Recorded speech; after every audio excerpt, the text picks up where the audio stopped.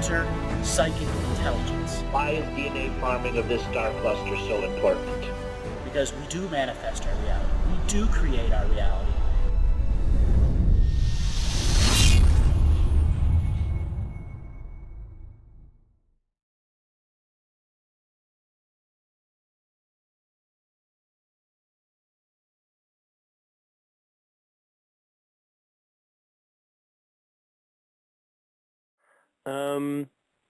Down to my last two questions. Can you believe it? Mm-hmm. Can we talk about something that I haven't been able to really get my thumb on with regards to the Pleiadians specifically? I know they're trying to explain something to me, but I'm not clicking, and I've tried to meditate on it, and I'm missing some data here with regards to why they really don't want to land on Earth, despite they keep telling me they do. Okay. Because we haven't resolved enough of our karmic contracts with the main 15 multidimensional beings who operate at 17% of our population now. We have to reclaim our sovereign spiritual authority. And once we begin to do that and show a momentum and the energies shift away from the system of domination and control, they will be more than willing. Otherwise, if they land, they get caught up in the drama and can't leave here. So they get stuck in like a web, yes, spider web or something. Correct. That's what that icky feeling was. Yep. Trying to explain that to me. I didn't have the symbology to be able to elucidate on that. And they keep saying they're waiting for the event. Like they're waiting as if they're not deciding when it's going to be. I thought the event was something like disclosure. You know, we choose, when disclosure is per our actions, but that's not what they're talking about.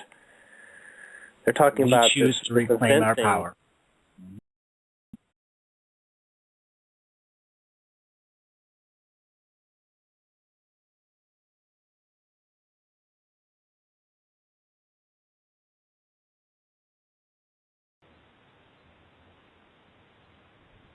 Okay, the next one is standing up as a female.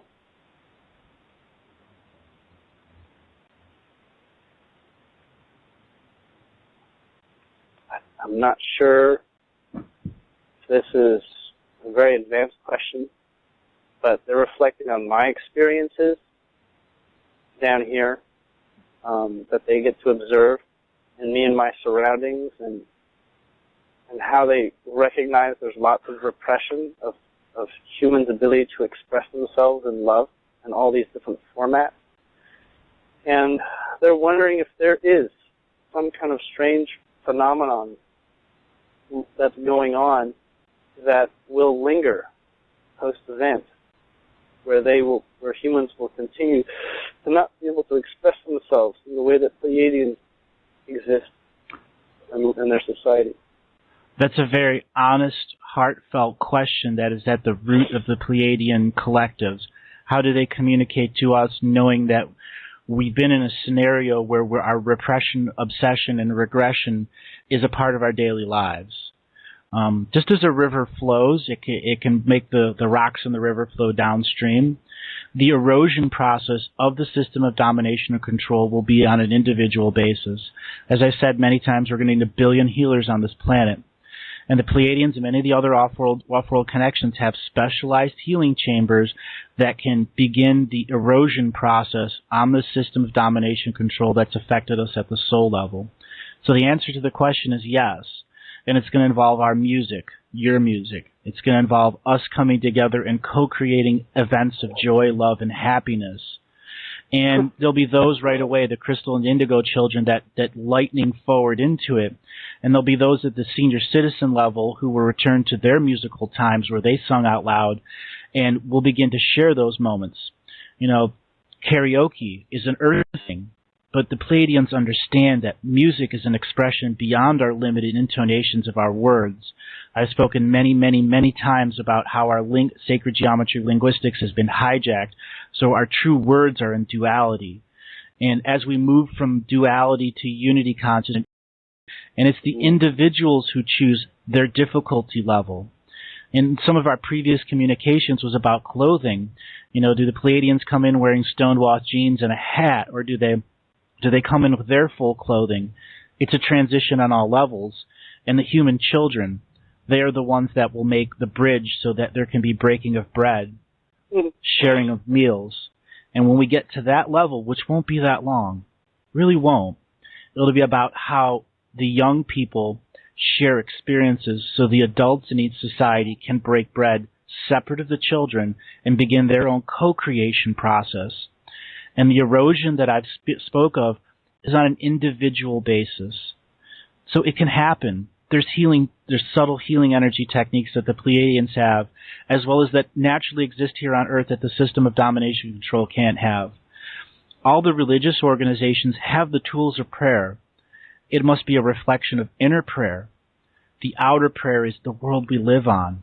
And that's something the Pleiadians will be able to help us understand through their reflection of the way they live and our reflection of the way we've come out of disunity, paradox, remedy reality will help them grow into their next state of consciousness awareness. So the true answer is, on an individual basis, each one chooses their difficulty level. Is there a cookie-cutter way that fits all? No. Because each of us have experienced these timeline genocides differently. There are people that were never meant to be within this galactic ascension machine. And their first thing, well, I want to leave. I want to go home. And that migration that wants to go home will be honored so they can return home and share their wisdom of what they've learned in these million years here. And then there'll be another migration that returns here so they can learn from the new generations. Our responsibility is to the 7 future generations now. What we do here sets the ground rules to understanding the technology within our DNA and how we are interrelated species on a massive level to the rest of the galaxy. When you spoke to that we would be welcomed to journey, they put out their, well, the individual there put out her arms, sort of like a receiving of a hug, and I nearly lost it. I'm going to offer this right now. I do seminars and events worldwide. When this event comes and they're ready to be here, there are special places of power like Mount Shasta, Mount Fuji, the Egyptian pyramids, so on and so forth, and we'll invite young and old to hold space and to share time, to share expression. It'll be people from multiple aspects and perspectives sitting in a place of earth power, free of the system of domination and control, so we can say, I am me, you are you. Let's come together in some form of oneness, some form of unity to express who we are. And within these events, we can share our own personal healing techniques that we can take to the rest of the world and allow it to blossom and spread. There'll be many others that step up in the same way.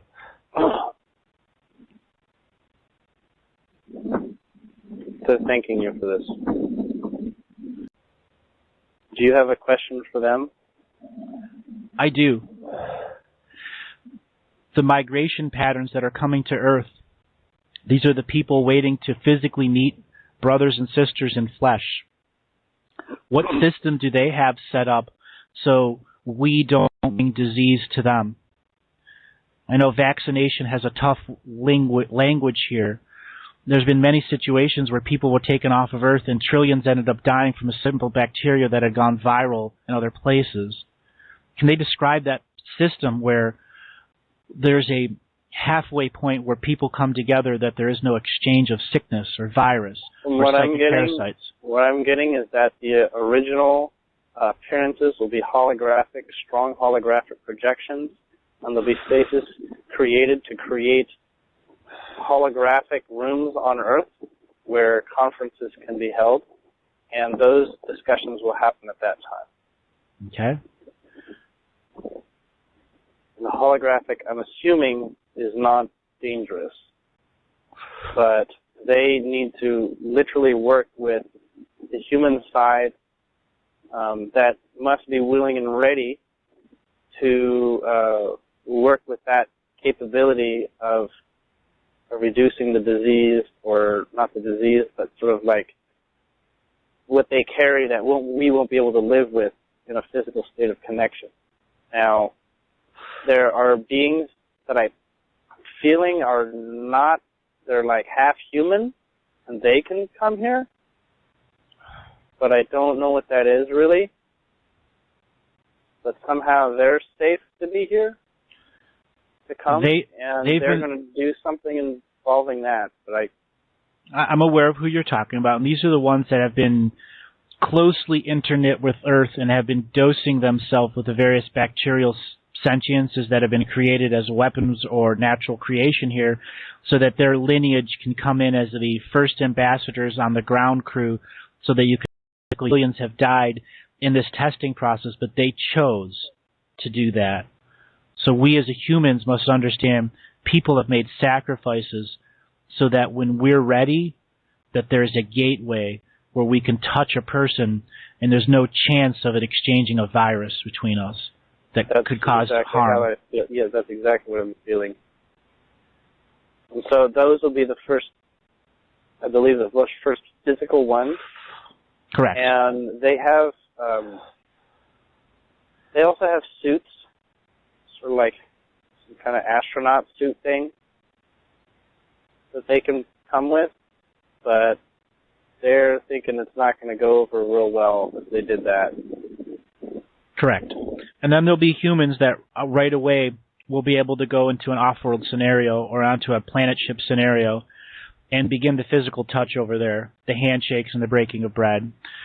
We're already reached that level where our DNA is capable of receiving the healing so we don't transfer viruses, even if it's on a holographic level. But there'll be those that on a soul level are just ready to leave. And they'll need transition places and spaces inside the various planet ships where they won't pass a sickness on. Can they talk about the spaces that are being held in the various ships? Yes, they've for those created people that are saying, I'm done here. They've created quite a bit of accommodation space. They expect it to be a very popular process, but there is something like either healing chambers or something where there's an isolation period of maybe weeks before they get to walk about. Okay, but some there's people giant will spaces. be some way shorter than others. No, yeah, they're like with not rivers on the and ships, oceans. but like orbiting ships or something. Like rivers and Something oceans and parks. Yeah, they don't feel like cells. They feel like I don't know. It's weird. They feel like something like on Earth, but not really. I'm told it's not actually on Earth. Right. It's a planet ship. And inside that planet ship are giant spaces that have been created so man can transition into an environment that isn't in the full Earth sentience, because that'll be the toughest thing for man leaving Earth, that background sentience of Earth isn't holding space for them. And that the sentience that is in communion with the planet ship and the unity consciousness is that new anchor for the sentience before they travel to their homeworld and connect to a new sacred feminine planet or sacred masculine planet that represents the background anchor energy for that soul. Specifically that each galactic race has kind of their own plans, and that they're not exactly the same between them all. The Andromedans and Pleiadians kind of have a similar system, but the Arcturians have a different something, I don't know what it is, and the Syrians have a completely different approach that I'm not even sure. I can try to bring them in, but I'm not sure how clear the message will be. Okay.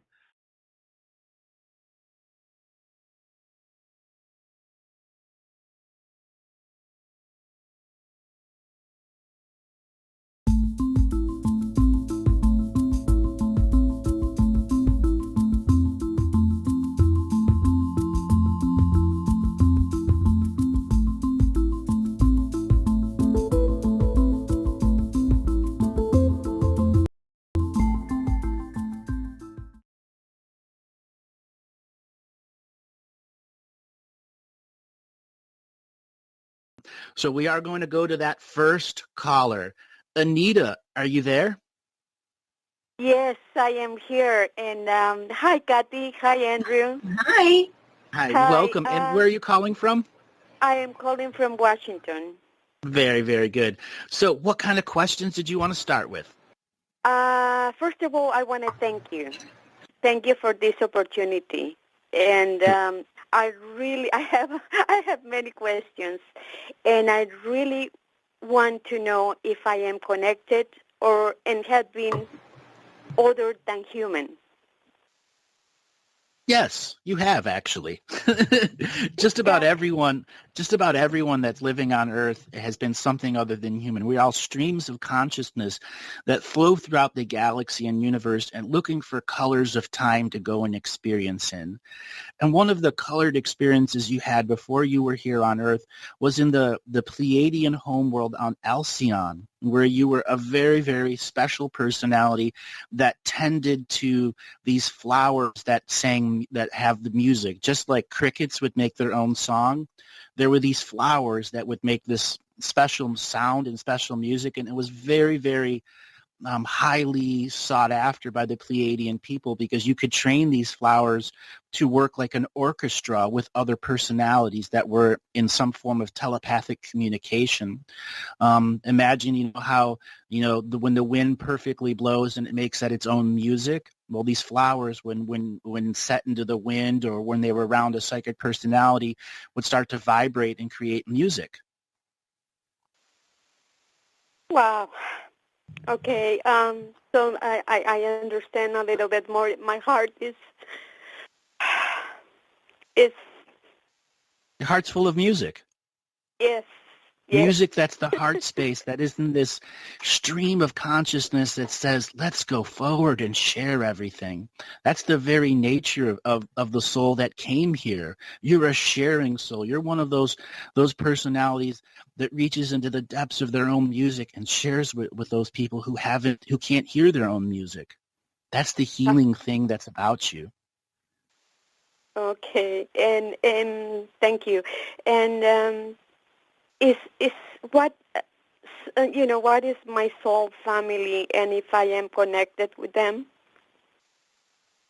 What is your soul family? It's initially Pleiadian, though you have a large volume of Arcturian and Avorian within you also, which would make you very family-centric. I mean, so family-centric that you would have soul family members very, very close to you. Even in a world that doesn't want the soul family members to be present, you would be able to attract them to you, even if they were second cousins or friends of the family.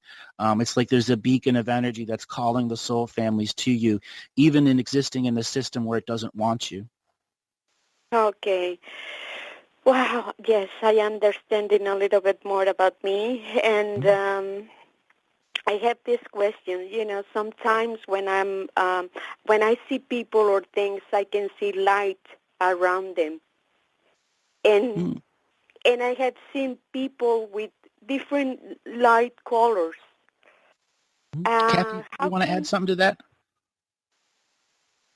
So, different light colors around you. Yes. And I'm not really clear on what was your question. Okay.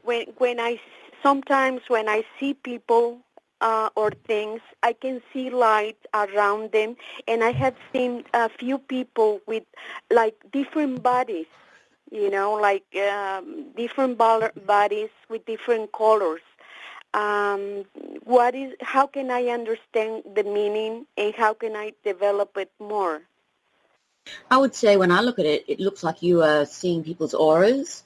In fact, it's a very great thing to be able to do because you can see pretty much who that person is, the essence of them, and where they're at in that moment in their time, in their life. It's a great skill that a lot of people actually spend a lot of time trying to develop. And it looks like it's just coming to you naturally, which is a great thing. In terms of how can you recognize what it means, I would say next time you see things like that, just take a moment, stand there, and have a look.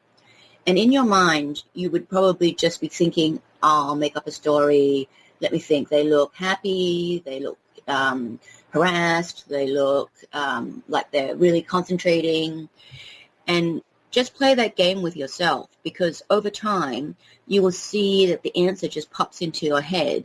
You'll think it's just your imagination, but over time when you hone that skill, you will be able to identify it. It won't be a guess. Initially it might be a guesses for you, but once you get familiar with the energy, you'll start to understand. One thing that you could do to practice is just, when you're family or friends and you relax and focus on that, look at their energy, the color, the aura, and then say to them, do you feel, XYZ, blue, happy, whatever it is? Were you thinking about something in the past? And whatever it is, and get some feedback from them, people that you know, so you feel confident enough to ask these questions. And you'll start to home in much better, and your instincts will get much sharper. Okay. I got a little something to add to that too. Food is one of the most powerful tools to get people to show color, show aura. So have family and friends that you cook them their right meal and dim the lights and say, hey, I'm having these experiences, and share with them. And when you dim the lights and you just allow, almost like a candlelight dinner, you'll be able to notice the outline and the separations of the hues and the colors. And like the special foods will really show those colors. Okay. So is that, I know we all have spiritual gifts, but I would like to know a little bit, one that I can develop. I know within myself I have but I just don't know how to bring it further, forward. For you, it's going to start with music. That's how you're going to bring these skill sets forward more.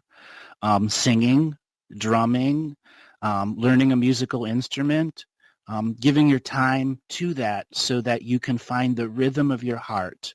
Some of the other skill sets that come naturally with people that have the music in the heart and are connected to the plants in the way that you are, is this ability to share other talents that people have. Like example, you could temporarily use my talent or anyone else's skill set if you're in a musical format. You have this natural unity sharing format to you.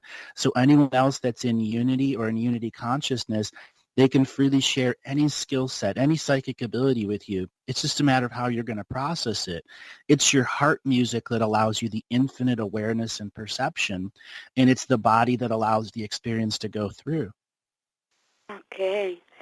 I think I am understanding a little bit more. Do you sing in the shower? No, I used to love singing and listen to music, but lately I have this blockage, and I can feel it. It's in my heart, and I know I put it there because I remember what I was doing to say, please, God, stop this. My heart was beating, really hard that I thought I was going to have a heart attack, and I know I put it there. How can I break it and go further with the understanding of my life, myself? When we put blockages into our heart in the similar way that you're talking, we've got to go back to the person and heal that person that put that blockage there. So I just want you to imagine your mind who you were at that younger frame of time and say to her, it's time to remove the blockage. I am an open being of unity. I am not a being of limitation. Focus in your mind. See her yourself at the younger age, different stages where you created blockages, and keep that as a focused meditation once or twice a week so that you are focusing on where the blockages were created in the very first place. And I want you to think of a river many hundreds of miles long, and every time there's a bend in the river, that's where the blockage is. It's like logs and stuff build up and slow the water down. And I want you to go through the river that is the flowingness of your energy and remove those blockages. Sing to them, love them, tell them, I am the adult in the ancient future. Here is everything that I went through. This is what these blockages have created. I now remove them and allow my natural eminent life force to flow. Okay. I have one question, which is a little bit related to one of my sons. Hmm? A girl called him many years ago, like three years ago, saying that she had a daughter which it was my son. Is it his daughter? So when was she born? I don't know. See, that's the thing, that we lost contact with her because I wanted to go back to California and adopt the little girl, but then we lost all contact with her. But lately I've been thinking about that little girl again. So actually it's more a question for myself, just to find out Blood.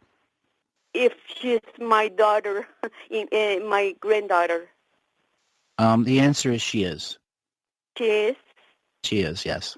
Yeah, I look at it and I think so too. But I'd also say that possibly right now is not the right time to make contact. I think it looks very complicated to me. I would say probably if you went looking for her in about 3 to 4 years, you would have great success, and you certainly could be part of her life. Oh. I'm not sure about adopting. To me, it looks like she has people already. That seems too complicated to interfere with all that. But to me, I'd say I look at her, and I like the energy. She looks safe. She looks happy. So I would just, you can make a few inroads to search it out now. But I'd say in 3 to 4 years, it would be very easy to find her. And you would be happy with what you saw, and they would let you be involved in her life. It would be welcome. So great. Okay. I have other questions. And one time I was laying down and I was meditating, and I would like to know the meaning of what I saw. I saw my body in a gold light going through my left feet all the way through my head. What does that mean? That means you were in a golden tube of communication and your angelic spirits were there protecting your outer aura so you could have a higher form of communication with yourself. I run across this many, many times where people have the golden light that goes through their feet and out their crown.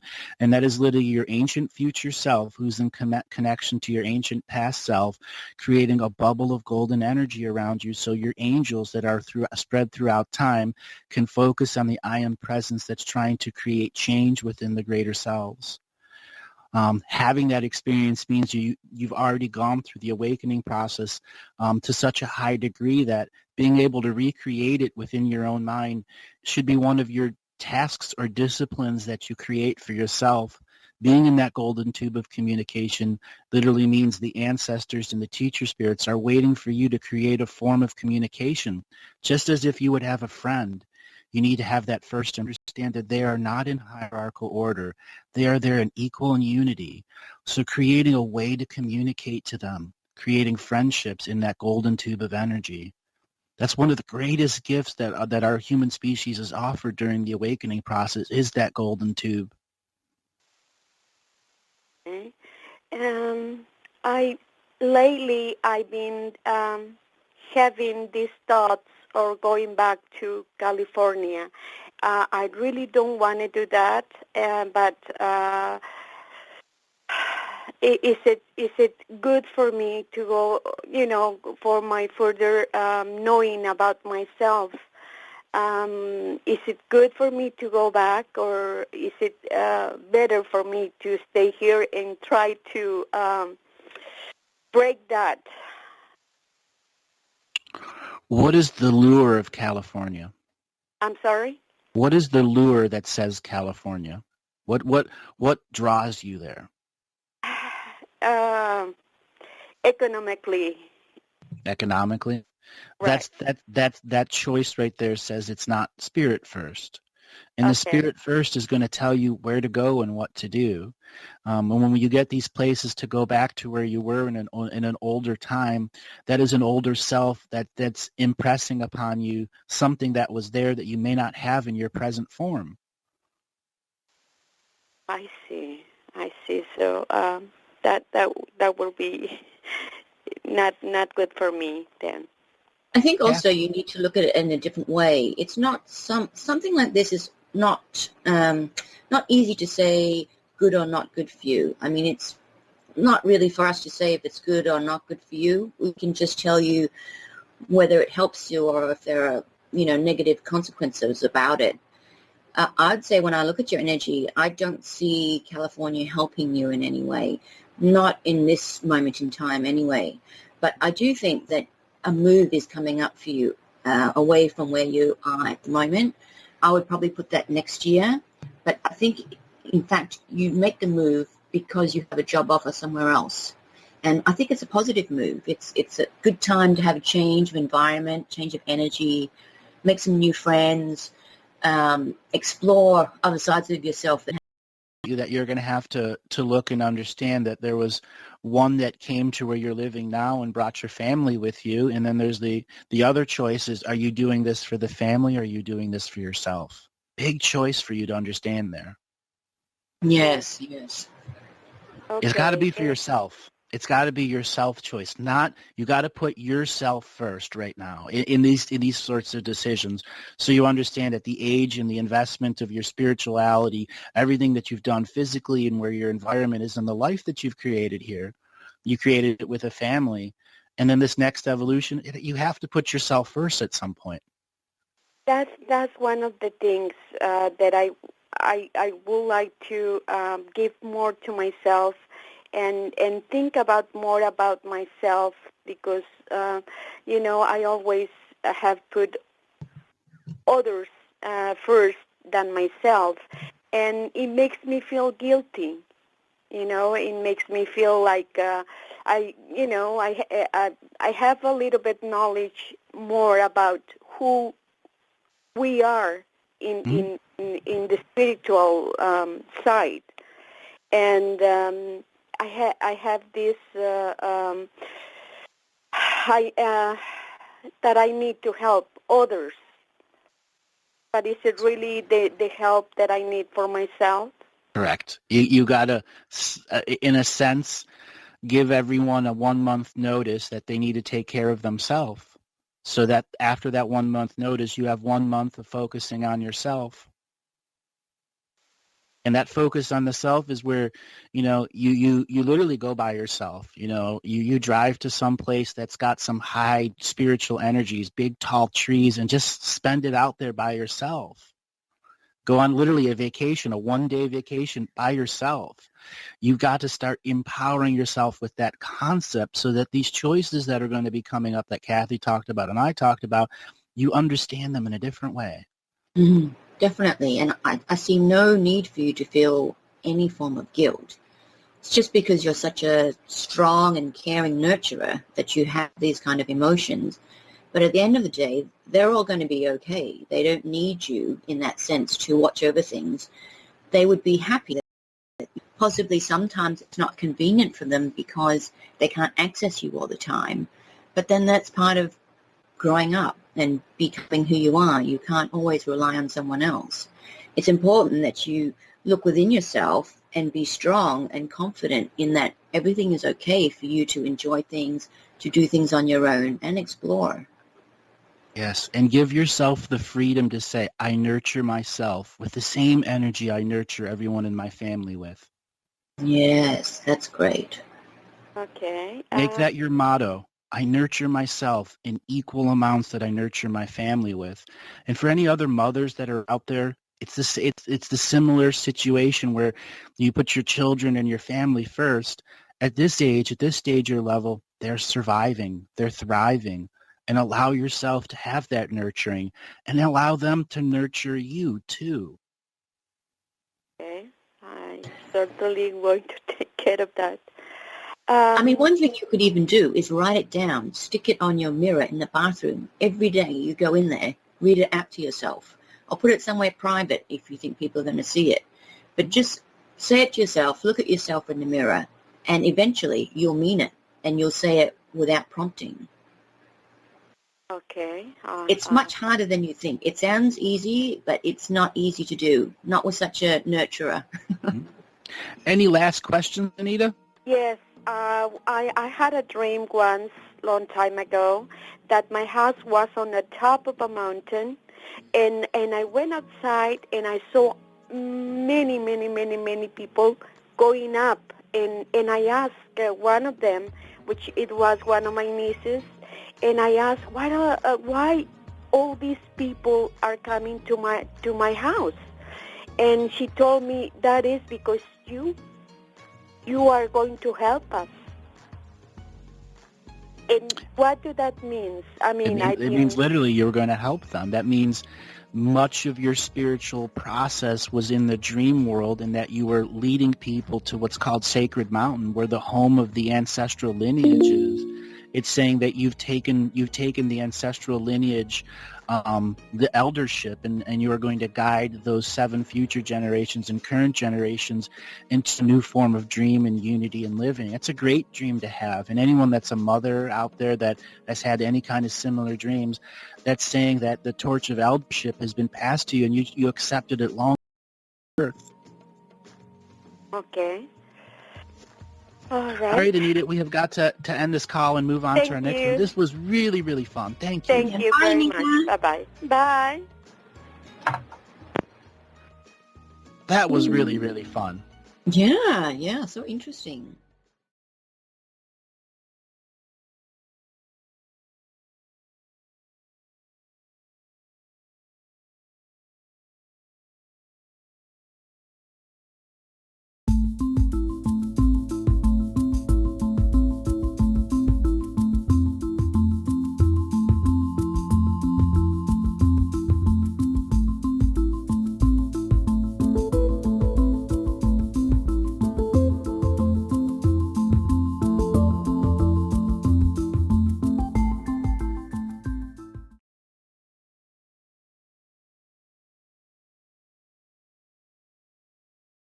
Astrid, your name? Where are you calling from? Hey, can you hear me? I can hear you. How you doing? Hi, I'm good. I'm in Australia. Oh, how you doing, Miss Australia? I'm good, thank you. I haven't actually heard you before. A friend of mine just linked me in, so I'm kind of coming in cold off the bat here, so we'll see what happens. Okay. So have you ever heard me do a reading before, or just today? Well, I've just heard the last 2 that you did, so. Okay. Anything connect on them? Yeah, I think so. So Okay. we'll see how we go. I'm interested. All right. What I need you to do is to tell me your first 10 minutes of your day when you woke up. I'm going to tune into your dream world, and from that point, I will help you understand what's going in and around your life. So combine that 10 minutes into 40 seconds and do it out loud. Okay. Okay, well, first of all, I go into my garden and I just water my plants, and I check my seedlings that I'm growing, and I feed my chickens and play with my dogs a bit. And basically, yeah, I just spend the first 10 minutes in my garden and saying hello to the garden and the plants and the local birds and stuff like that. So that's pretty much how I start my day. And then I've tuned in. All right, the first thing I'm going to do is read your Eastern energies. And what I'm sensing is an advance away from a male energy. There's a bright male energy that's been breaking your cycles, that it's been turning your medicine wheel into a medicine square. And you are a woman, you're not a square. There's sacred feminine in you that's growing, and the sacred feminine is acting like a bug zapper to this male energy. And this male energy is seeking the inner peace within your sacred feminine because it was wounded a whole long time ago. But you have to understand that that wound of that male energy is not going to be healed by you. It's not meant to you this lifetime. It was just meant to be there to help you understand some rules that you needed to go through, that there were true friends, true realities, and true spirit beings that are around you that can help you understand this manifesting sacred feminine in you. This male energy in a previous lifetime was a chief of a tribe and was a commander of shamans for many, many years. but he fell into disrepair as a soul because he didn't do the hard work on numerous lifetimes. When it came to mastering the concept of women, he was still under the idea that he needed to dominate, and that ultimately was his failure. So your energy here and now is to understand the cycles of how to shed off the old skins of people that latch on to you. It only comes from having a prayer of inner peace, having a ceremonial tool that can drive off that male energy even when it's 1,000 miles away. It seems to be infecting your memory at times. Is this making sense to you? Yeah. Okay. Well, your garden is a place of peace, but it has memories of other things that are attached to it. I really think that you need to go away from your place for a few days and feel the energy of another place. Do you have any sacred sites around you that you could go to? Not really sacred, but there's a few creeks and like really nice places I could go. Yeah. Well, it would be good for you to go and make some lunch and go there for a few hours. And I'm sensing that there's these music spirits around you. Are you a flute player or something like that? No. Do you play any musical instruments? I have drums and rattles. I'm actually a shamanic practitioner. Okay. Well, then you need to go and be a shamanic practitioner in other places. You need to get the energy of the other places and commune with them in a prayer time so that the inner peace reminds you. You came into this world with 7 soul sisters, which is extremely, extremely, extremely important because those soul sisters will help you find the other women that have the true spark of Earth Mother's sacred feminine in them, and not the sacred feminine of the other sister planets of Earth.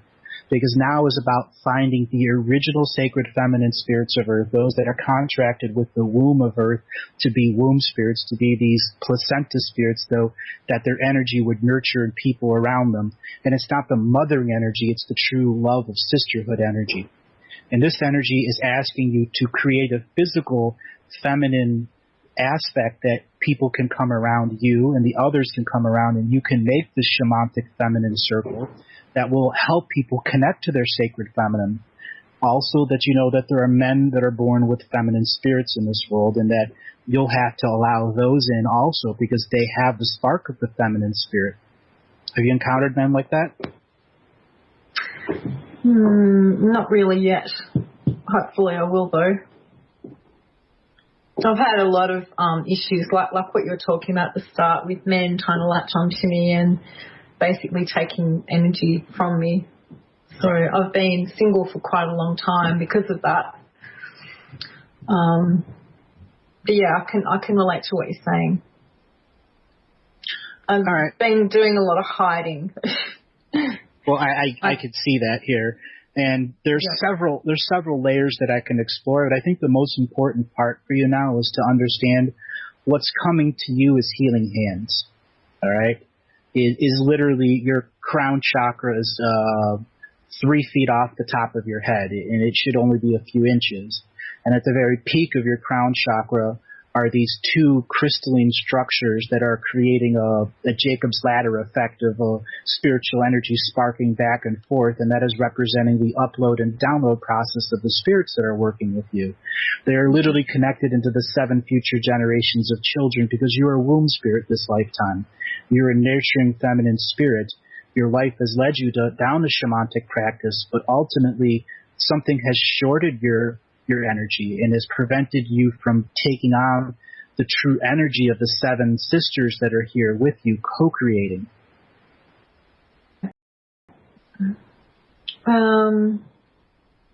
No, actually I did travel to Central Australia last year, which was pretty amazing. Very powerful place. Okay. But yeah, I haven't done much traveling. Well, it's not really about the traveling. It's the concept behind the traveling. You could go out to your backyard and find a place of power. I don't doubt that. You have a feminine spirit in you that will guide you to a spot of bright energy because it's all over Earth Mother's spine. You simply just have to... Oh, you're talking about journeying. Yeah, for sure. Yeah. Now I'm kind of on the same page, yep. So really what it is you need that time, that ritual, ceremonial, personal, inner peace space time away from your garden, your home, your life, so that you're only in commune with nature. And you need to start that 20, 30 minutes every couple of days until you get deeper into that energy of around you. And those places will begin to talk to you. And as they talk to you, you'll understand why the male energy is trying to constantly return home to you. Because in previous lifetimes, you actually birthed them for their first lifetime here. So you have soul contracts to them. You brought them from other planets here and said, I will be your mother for your first life. And make sure that you have a good energy. And you did that. You completed that contract. But now all these lifetimes later, these men are coming around and stealing your energy because they haven't completed their end of the contract, even though you're already free of it. No. So you need to make contracts with Earth so that those people are nurtured by the Earth and other places so they don't no longer seek out your light. And then your light can grow inside. And as you do that, you'll begin to dance in the rhythms of Earth Mother. Uh-huh. Makes sense. Okay. Yeah. There are other layers here. You're going through a rite of passage and into your dream time with new abilities. As I said, healing hands are coming to you. You're going to be finding yourself, your ability to rub somebody's forehead and remove their migraine headache. You'll be able to put your hand on a woman's midsection that is having terrible PMS cramps, and they'll be gone. There'll be a woman that's going through a pregnant state, and you'll be able to put your hand on them and experience the birthing process, but that you've already lived before. So you'll give a soothing energy to them. You're going to become a teaching spirit, literally with your hands, showing the compassion that you can do, how your heart chakra is opening up. That's what I see from the seven sisters that are offering you this ability, this energy, this love, this constant heart energy pulsing through the very tips of your fingers. You know you're a powerful person. Yeah. Mostly I work on pretty much without doing face-to-face stuff, just online. But when I do hands-on work, it's pretty interesting what happens. Okay. I also sense that you're going to be healing animals, too. I already do that. Okay. Yeah. There's a jump here. There's a jump that you understand that you're here to be this placenta energy force when you're around people. And when you're around animals, it takes a whole new level. When you're healing animals, you're healing yourself. Because when you came from another world, you didn't come from a two-legged world. You came from a four-legged world. Everything that lives in that world is a four-legged world, and there isn't a food chain in that world. They're all plant eaters. So they live in harmony. They live in communion with their sacred feminine planet. And that sacred feminine planet has several masculine planets around it that protect it, but protect it in a spiritual gateway so that negative spirits can't invade that solar system. And if they do, they'd have to confront the several, masculine planetary energies that are psychically defending it. This planet is called Ushna Ha Kushna Hona. It does not convert to normal language because it is a vibratory language, and it is a physical fifth-dimensional planet on the very edge of the Pleiades area. It was actually a created planet. It was brought there as a sacred feminine planet to anchor sacred feminine energy from all of the spirits in that area. So many spirits in the Pleiadian constellation will coexist or co-live on the four-legged planet with you so that they may be blessed and bathed in this nurturing sacred feminine energy. So then when they go to the harder worlds to learn harder lessons, they have a barrier between the negativity that can be eaten away so that they can ultimately use their free will to survive here. But now here in this lifetime, your final goal, your final challenge is to connect to the true spirit of Earth Mother so you can understand the pains of being the planet that it's been in its millions of years of history so that you may tell its story to women and to the feminine spirits here that we overcome by creating our 7 future generations and by teaching them our skills. Except for the men that abuse me, they actually come back and I end up doing healing on them, which is pretty funny. And also lots of animals. I get on better with animals than people, generally speaking. So that makes a lot of sense. Mm-hmm. So the four-legged planet, hey? Yeah, amazing. Four-legged. Everything has 4 legs. That's the basic rule of that planet. And they don't have 7 chakras on that planet. They have 30. Okay, so I wasn't human, obviously.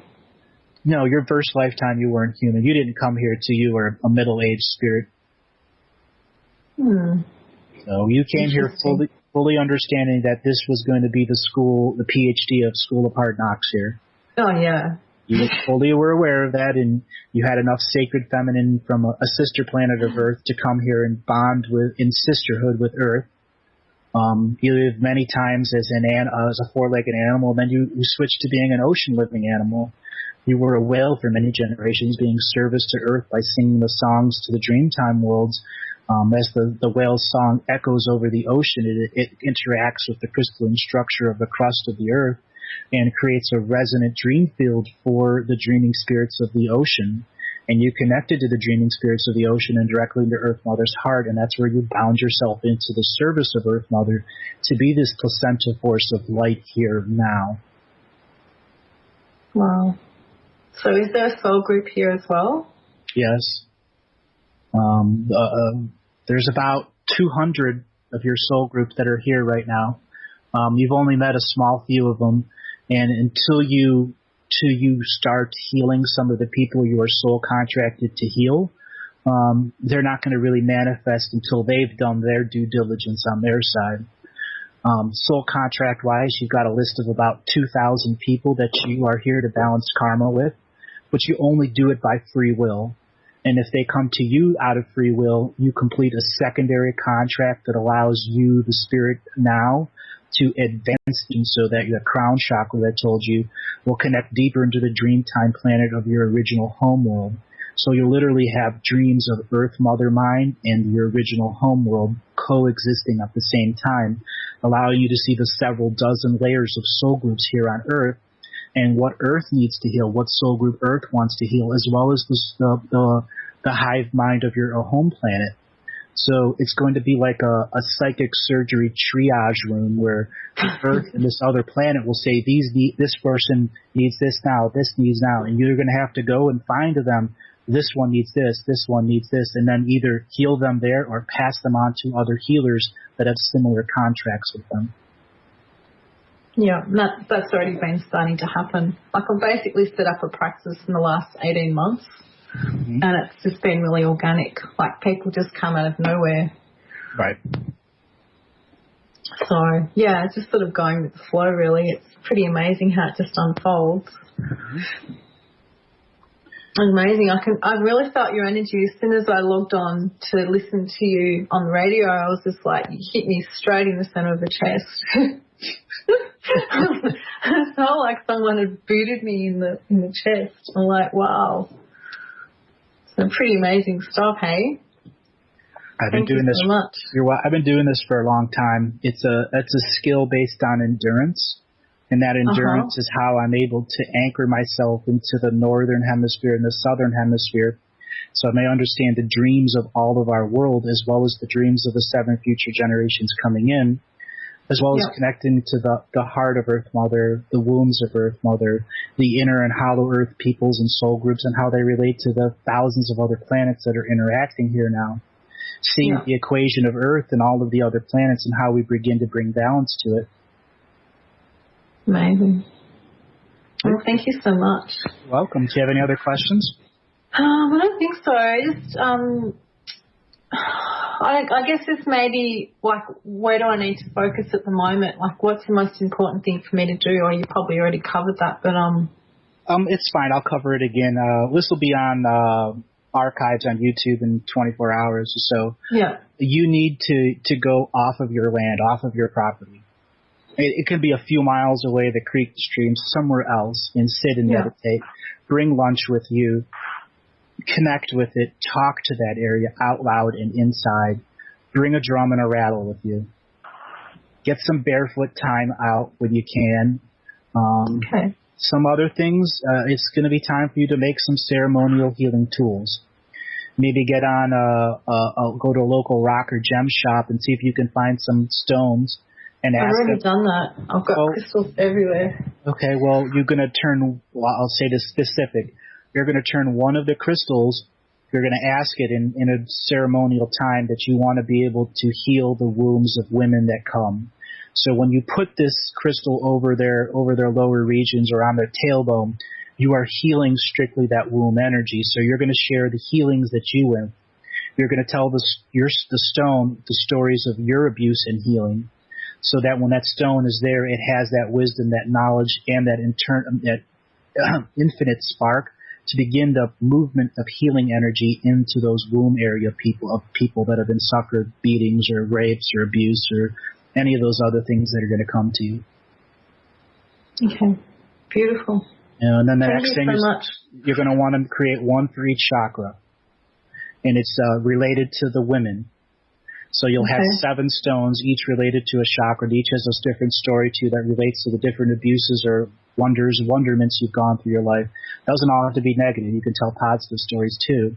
And then when you're done, you need to create one male stone, because in your life you have a lot of male energy, and you need to ground that male energy into a healing stone. So when those male people come to you for healing, that there is a male side energy that's bonded in internal love of the sacred feminine within you. So start with 8 stones and give them as many drum and rattle hours that you can, and talk to them and dedicate them into service of healing. Thank you so much. You're welcome. Call in again. Beautiful. Thank you. You're welcome. Bye. All right.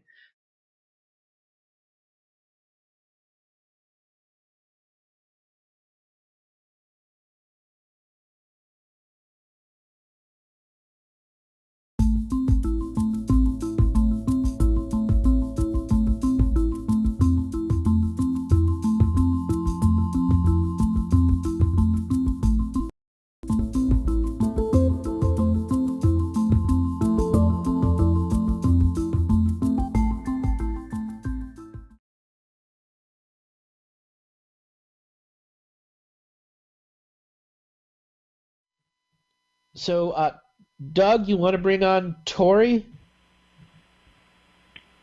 Hi. Hi, Hello? Tori. How you doing today?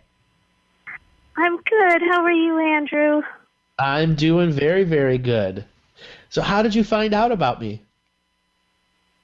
Actually, it was my partner. He found you first, and he showed me some of your interview with when you were at Mount Shasta, I think was it Lance White? Is that his name? With Lance. And then I was so taken with that. I think then I really first got really hooked when I heard an interview you had with Hope Girl, I think, and you talked about sovereignty, and it was such a wonderful speech. And then I've been watching all of your interviews with New Earth Nation and Veronica Keene, and I just love all the work all you guys are doing, and want to support you all and all of that. So, well, thank you very much.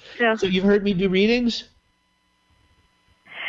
Just a little bit. I just really started listening to them recently, and well, the way this maybe works is tonight I tune into your Akashic record, and did you have questions you'd like to ask me? Did you just want me to jump right in?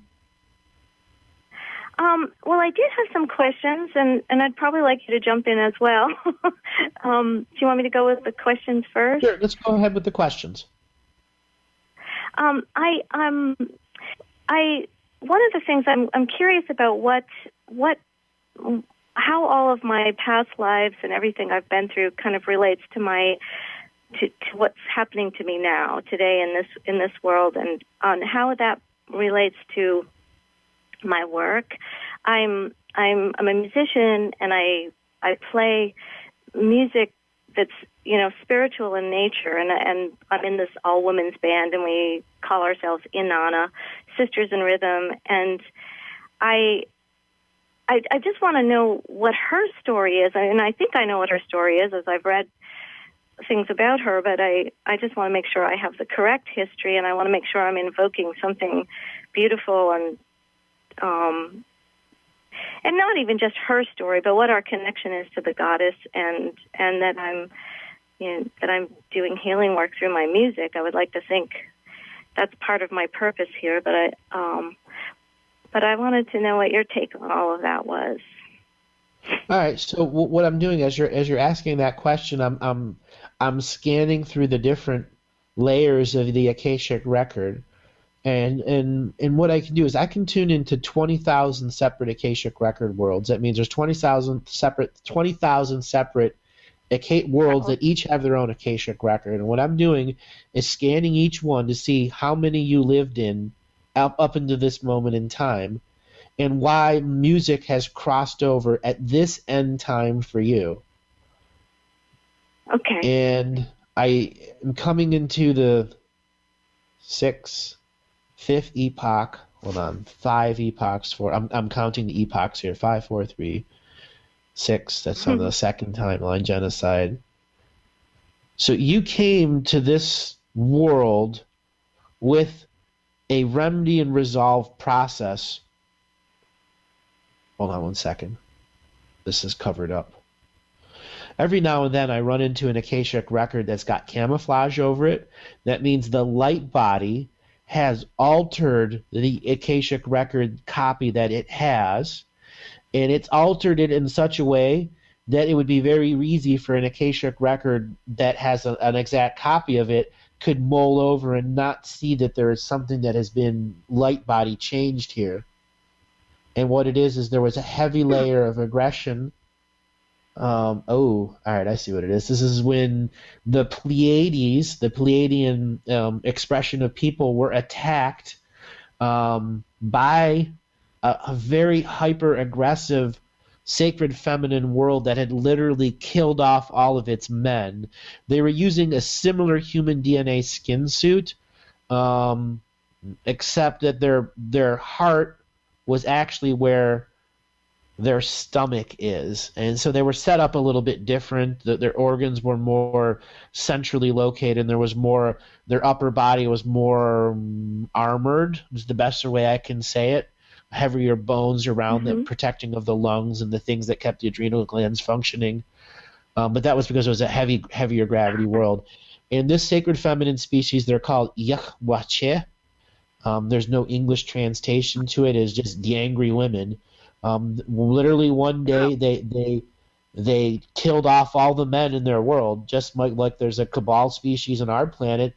One there that said there shall no longer be a male species.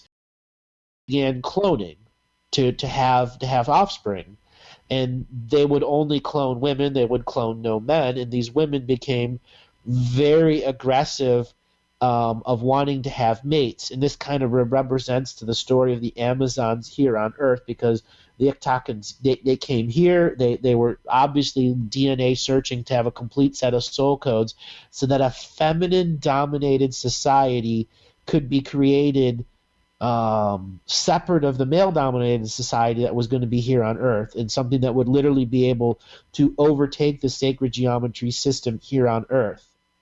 So when I see that, it means you're a rebellious soul who came into a rebellious world and said, I'm going to rebel against the people that are in charge, and we're going to put in the men that are in charge, and we're going to install a very powerful feminine, I'll make a racist feminine expression. Do you understand what I'm saying here? Yeah, I think I do. Did you experience a lot of sexism growing up? Yeah, maybe. Well, maybe not. Yeah, maybe. I think my my mother, my parents were very old-fashioned, and men were, the more special ones, or I suppose in that way. It wasn't like it was abusive or anything, but well, I did always feel a bit inferior because I was a woman. Well, this is connecting into your music. This is all connecting. This whole little storyline here. This is all connecting into your music. So as I said, you were part of this aggression species. They literally, basically, Pearl Harbored the Pleiadians on their homeworld and mass invaded their homeworld and began capturing male members of the Pleiadian societies and draining them of their semen right there and on the spot, and sometimes killing them off and sometimes not, and then returning to their homeworld and then breeding a whole new species of women who would go and do this again. And there were several examples where they were able to use this special dimensional gate technology and literally suddenly appear on the world and just kidnap a few thousand men at a time, and drain them of the whatever they needed to do, and then working with that karma now.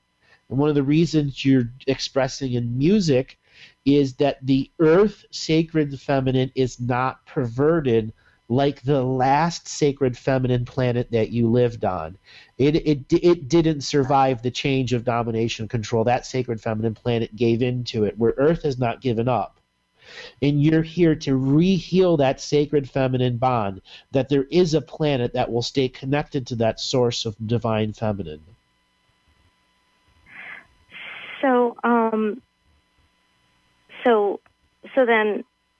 So then what I'm doing here is trying to correct that.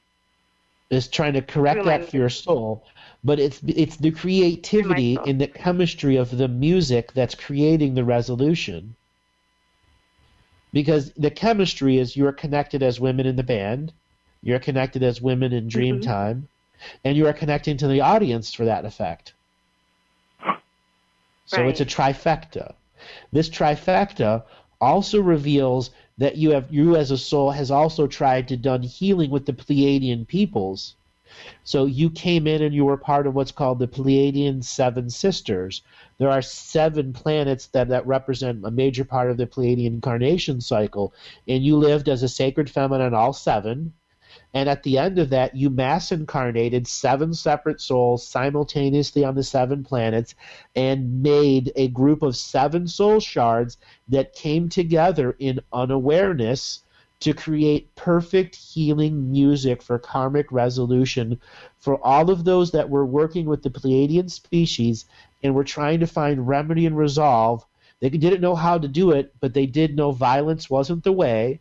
And as long as they agreed that violence wasn't the way, the Pleiadian 7 Sisters would get in and sing an incredible healing song that would express to the different soul families that were resolving the male-dominated society or the female-dominated society, or trying to resolve that there is a non-hierarchical expression between male and female.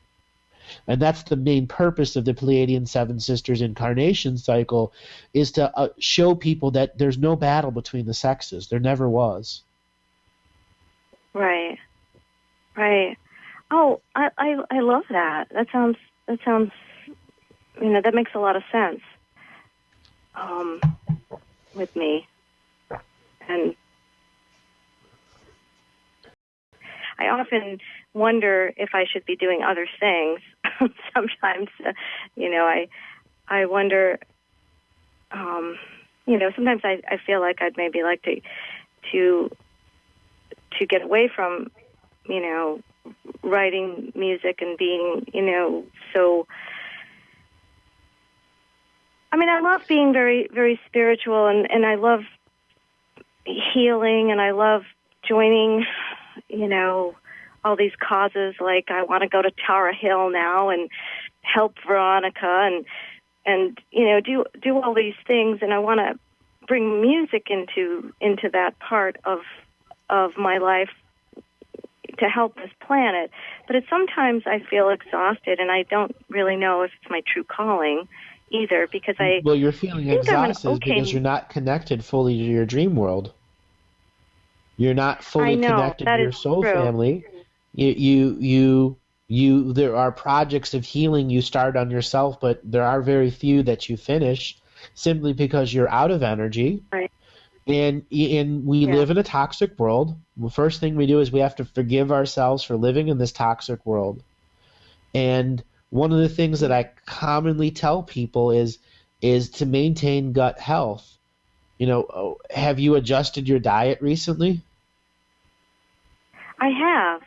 Yeah, I've been to a nutritionist, and I've given up wheat and well, except for today, I've given up sugar and. That's going to give you about 20 or 30% more of your energy. The main majority of your energy is being blocked out because you're not having deeply connected dream time. Right. So what's the last dream you actually remember? Oh, I have a very difficult time remembering my dreams. I remember tiny bits of dreams.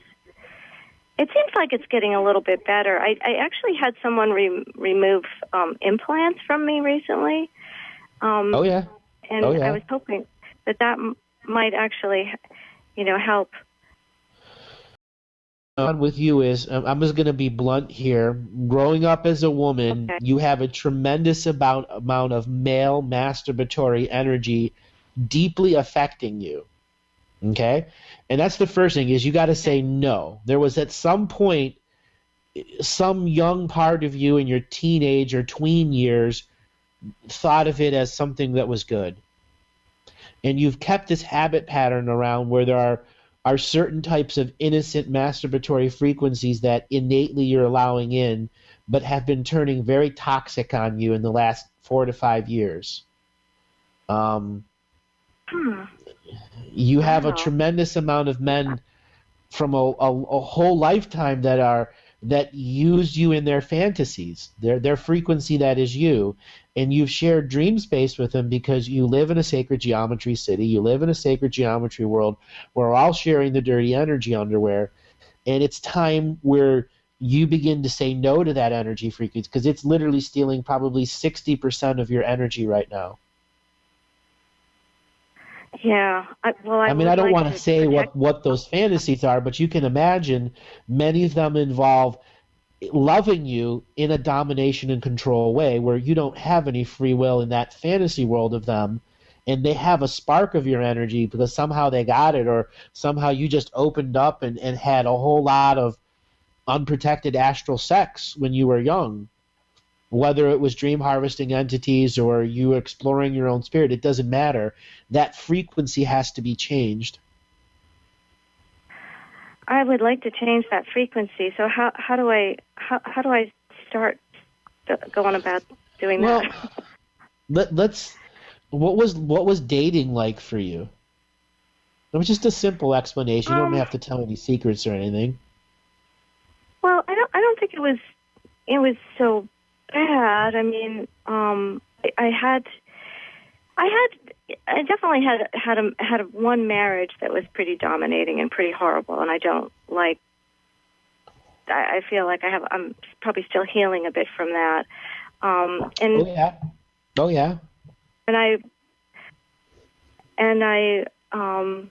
And that husband is still projecting masturbatory frequencies on you.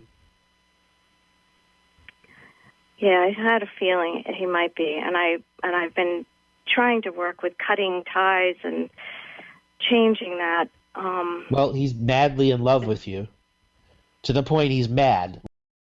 I feel that. Yeah, and that's not good for you. And right, and I probably have had some other relationships like that. I've ended most of relationships I've had because they've been toxic to me, but I do feel part of them still clinging to me. Because you healed a lot of them with your sensual and sexual touch. Right. You have an extremely alluring energy field that brings people into a healing frequency when they're close to you in a sensual expression. That doesn't have to lead to sexual. There's just this extreme mother quality about you. And that sensual connection allows people to let down and heal. And that's what they went through when they had relationships with you. And I don't think you're really aware of how deeply that energy field of yours connected to them and healed them. And this is why so many people have these projections on you. It's not just men. There are a number of women that have the same need to want to love you into loving them so much that you would forget about your own free will and just be with them. Okay. So, what should I do, Andrew? Do I... Well, you got to identify that you're a very bright light of a soul, and you don't need to be sorry about it. Okay. These are other perverted beings. Okay, that makes so much sense to me because I have kind of known that, but I also, because I want to love people. I have a lot of love, but I want also to take care of myself, and I want to I mean, I love the contracts you've written. I've read those soul contracts, I guess that do you call them? And I've tried to kind of write some of my own, kind of in that kind of framework to address some of these, to help me feel the power and the light that I have, so that I can still shine it out there, but also not to be, taken. Well, whatever Right. it was You want to be described. recognized as the god goddess, but not be put onto a pedestal. Right, exactly. And that's the metaphorical reversal that you've been dealing with, is too many of them put you on the pedestal. So what it is you have to look at that frequency where you allowed yourself to be put on the pedestal in the first place. Women throughout every generation since the beginning of time have been dealing with this. And this comes back to the fundamentals of why you incarnated this lifetime. It's to see if you could have a fresh way of doing something different in the feminine sensual expression, shining your light, being the musician, and yet still finding a way to be a rock solid residual feminine image that can take the projections, redirect them back, but not take them internal. You just got overwhelmed. You took them internal. It became a habit pattern. That is ancestral karma. You got that from your mother and father. So you have to be willing, in contract revocation form, say to the frequency of your mother and father, I love you, but at the same time, the teaching which you have passed on to me as ancestral karmic debt of putting women on foundational pedestals for this particular purpose and this particular purpose no longer applies to this generation of the Great Dreamtime Awakening. I am creating something new, and I no longer need this teaching. I return it to the DNA lineage, to those that created it, for I no longer believe in that ancestral debt. And you need to incorporate that into a ceremonial expression over many, many series of weeks, so that the fullness of your feminine expression returns. Like, instead of a little river, there's a massive river network feeding you, bringing you back all of the energies that had been blocked from you, because so much of your energy has been divested in all of these little men that your soul in perverted frequency is feeding these energy to, because of their masturbatory frequency still touching you, and you still being in the way of, I must still protect them somehow. That is the divine feminine, and maybe they could be suicidal, they could be this, they could be whatever it is in your mind, in your soul. You justified giving them that energy, even though you may be unaware of how invested you were in each of these people. Okay. Wow. Okay, that makes sense.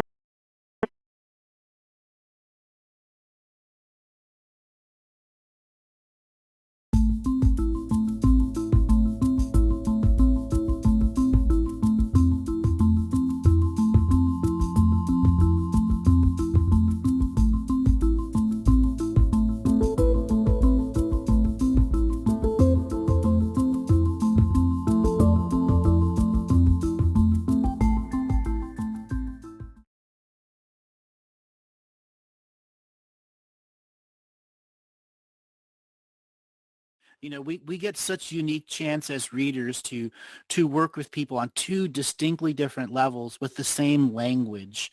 Whether it's the people wanting to know about their past lives or how to manifest something of their past life to make their business function differently. Yeah. I mean, it's truly amazing, the sort of information that you can take away and affect change in your own lives. Yeah. And then when the two of us come together and we have our each unique perspective that just completes so much thoughts, like the last lady we had, and wanting to go to China and to do her spiritual work there and turn it into a business. Yeah. That was very amazing. And you're right, we have such different perspectives, the way we look at things. It's essentially all the same thing, yet it's different ways of looking at it. and different language, and that's that splitting of hairs. And it's not about competition, it's about understanding the language sometimes defines it for the person's perspective. Yes, that's so true. And then our perspective, it changes all the time. Yeah, it is. Well, we're always evolving and changing, aren't we?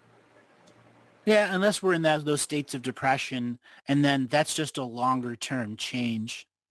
Yeah, well, I mean, we've all been in those sort of weird ruts before. Right. And sometimes you just, need a bit of introspection as well. So I guess that makes you stop and pause and think about it. Exactly. And introspection is a tool you have to learn to use.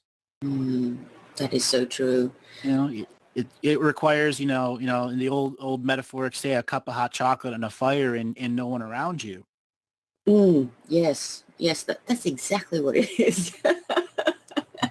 Especially with the marshmallows on top. Yeah, exactly. Giving yourself that self-nurturing moment so you can say, I want to look back in my life and not allow the emotions of a tough time to overwhelm me, just so I can say, maybe I should have made a different choice there and not beat myself up about it. That's what true introspection is. Yes, very much so. One of my first lodge I had done, and it was uniquely different for me because inside the sweat, I was in my at that point in time, my highest frequency of out loud prayers to the 4 directions. And I had just completed my spiritual circuit. And the rest of the sweat lodge for me was just this moment where I could go to the tough times of my life, like when I broke my neck, when I was just a little kid, and go back to that child and not allow the pain and the emotions to wash over me, but to be able to love myself who had been, locked out of the love because of the pain. And going to those tough moments. And then later in life, I learned, Reiki and how to send treatments forward and backwards in time. And I made this secondary moment where I connected to myself that was in the sweat lodge, going through that deep moment of introspection. And I literally joined those 2 moments together, and I saw how multidimensional introspection, retrospection, and reflection can be. That's a very good way to put it. It can be all those dimensions, and they all, from every different angle, it looks different, and you take away something different. Right. Like when we choose the word reflect, it sets a connotation that we are going to look at the perception of what we did, but not as the same person, because we are always changing. When we are in retrospection, it's different than introspection. It's different than hindsight. Retrospection is where all of your psychic skills have been tuned to help you see the past for what it was. A signature frequency with teachings and healings behind it. Yes, that's a really good way you've put it. That's certainly very true. So I got a question for you about meditation and the process that you use to keep yourself centered. How does it work for you? For me, it was a challenge to do things like that at the beginning. I mean, I'd say the first few years was a challenge, because it's very difficult to still your mind. It's naturally very busy, and I thought, I can do 20 minutes and there'll be no problem. But 2 minutes was a challenge because, thoughts evade your mind. You suddenly think, did I leave the kettle on, etc. So training yourself to actually be still and your mind to be still, for me, was the biggest challenge. And then once you can be in that stillness, just to feel that clarity that comes to you and the calmness that comes up your body was just amazing. I mean, it's certainly something that's worth doing every day. You can find the time. Yes. You grew up in a day that didn't have, computers fully a part of your life. What was it like for you when you started seeing people use cell phones? Oh, it was amazing. I mean, you just couldn't help but stare. In those days, they were the big ones, the giant bricks. And you were like, wow. Can I use your phone? Like, no. Yeah, it's like $9 a minute back then. Oh, but it truly was just amazing. And then when you got down to the size of the turtle, you were like, wow. And now I can see some people's phones, they're so small I can hardly see them. Yeah, exactly. The size of a quarter as they were shrinking the phones down to for a while. And then they're like, maybe we need to make them a little bit bigger. Yeah, I know. Especially for the older generation. But certainly it was amazing. And the first few times you used it, you were like, this is, you actually didn't know what to say. You were just so excited. You didn't really have anything that you needed to pass on or a message. It was just, can I use it? Can you hear me? Can you hear me? Exactly. So when I started seeing our society change was 1999, 2000, 2001, when the StarTech Motorola became, like $200 at that moment in time. And I saw people that all of a sudden were showing their true colors because they got a call from their mother when they were in front of people that had never happened in their lifetime before. And you would literally see a different program of a person turn on. And being the observer that I am, at that day and age, it was such a different time than it is now. Everything moves so much faster. And, in public, you wouldn't, in the previous times, you wouldn't run across people's personal problems out in public over a phone call. That's how much our society has changed now. Oh, yeah, totally. Our conversations about, being in Hong Kong on the trains and being able to tune out all the other personal conversations that were going on. Oh, yeah. It's a skill that you learn because it's so crowded over there and you really don't have any personal space. And everyone's on a phone or talking. Just to have your own private time, you just learn the skill. You just blank out. And even unless someone pokes you, you don't hear them. I mean, till this day, I have this thing and, people will have to tap me. I mean, they're sitting right next to me, but I've just zoned out because you're not interested in what they have to say. So you're interested in your own thoughts. So right. You're in your own little world until someone jolts you out of it. Right. And your ear to brain detour is on. Yeah.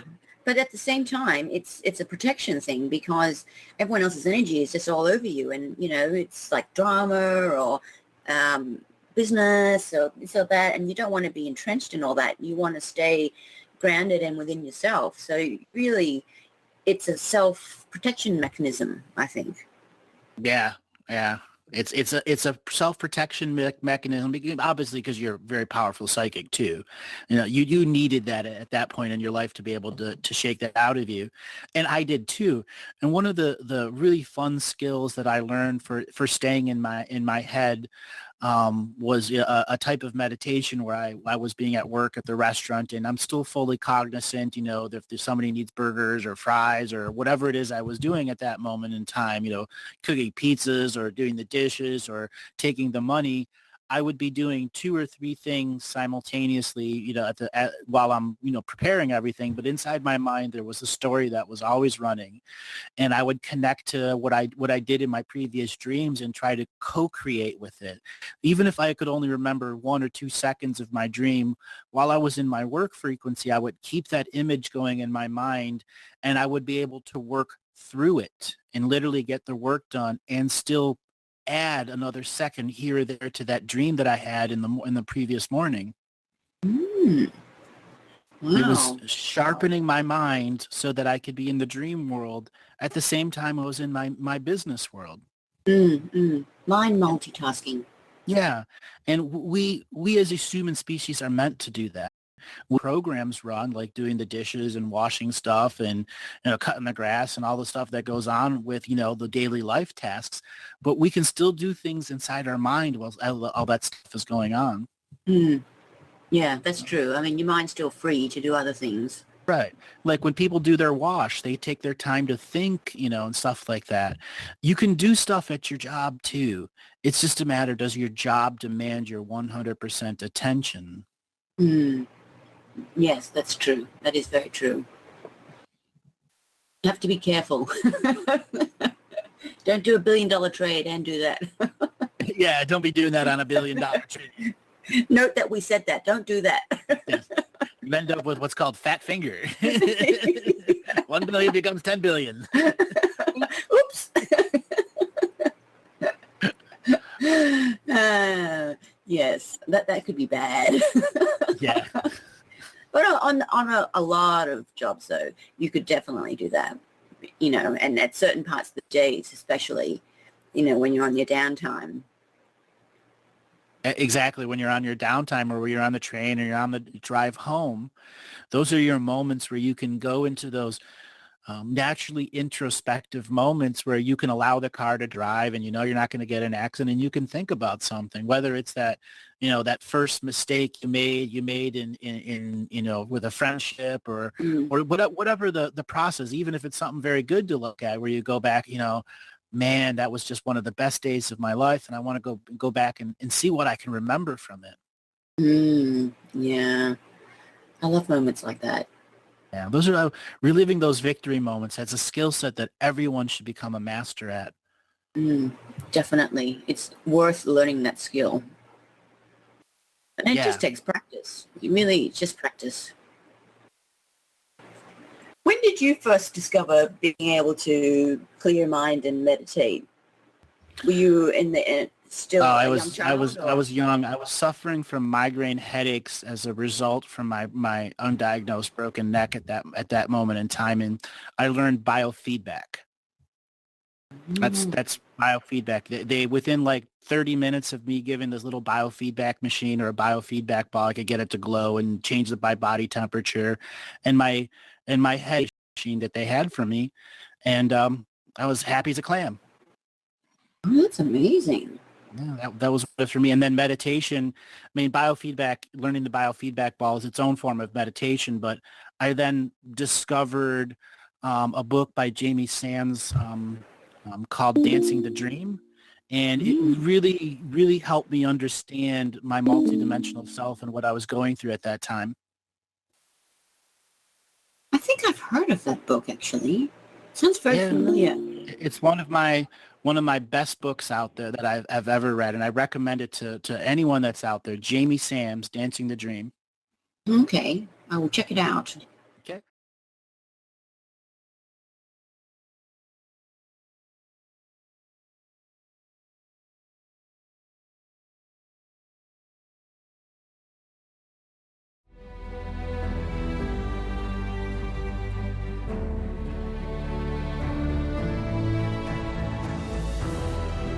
Each different bubble of reality is true. A galactic historian is a person that looks at all the lines of dramatic karma. Nudge, nudge, it's the Holy Grail. Improvise. Mysterious.